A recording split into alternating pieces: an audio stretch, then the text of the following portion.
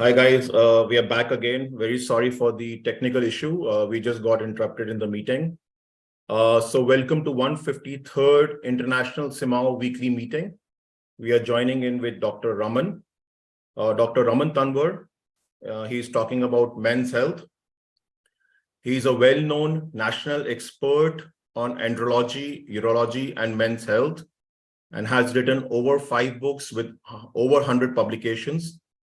He is one of the very few trained fellowship member on men's health expert in the country with international experience.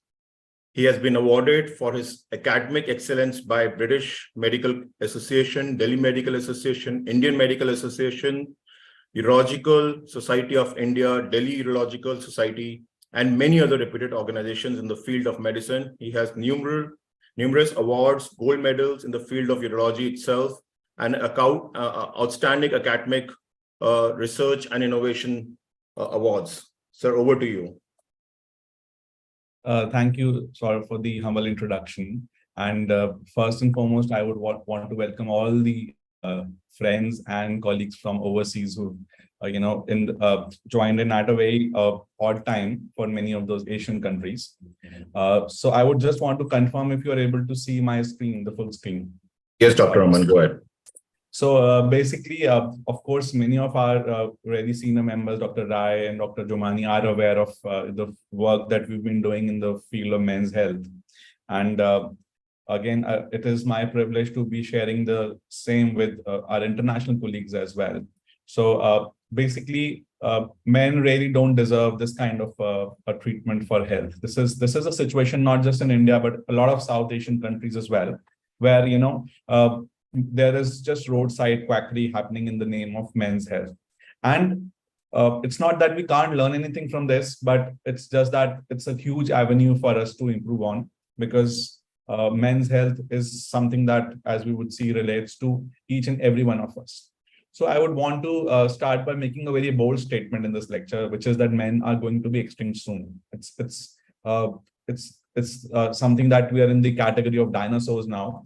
And why we are saying this and why the scientists have been predicting is because the Y chromosome has been dwindling. So we already know that every woman has 2 X chromosomes, but a man has only 1 X chromosomes and 1 Y chromosome. And now this X chromosome is about 3,000 genes strong, while the Y chromosome is only 50 genes strong, which means that if something happens to the X chromosome of man, there's no other X chromosome to support this. And that's the story with man, not just genetically, but even socially, that a man is a lonely creature of the 2 genders. And if something happens to the X chromosome, then the Y chromosome is practically useless to be able to help men survive. So it is often said that if this dwindling keeps happening, then eventually the Y chromosome will be completely lost, and we're going to have only women with male characteristics eventually, thousands of years from now. So, of course, like we do for all wildlife animals and, for anything that's going extinct, there is something that we need to look here for men as well.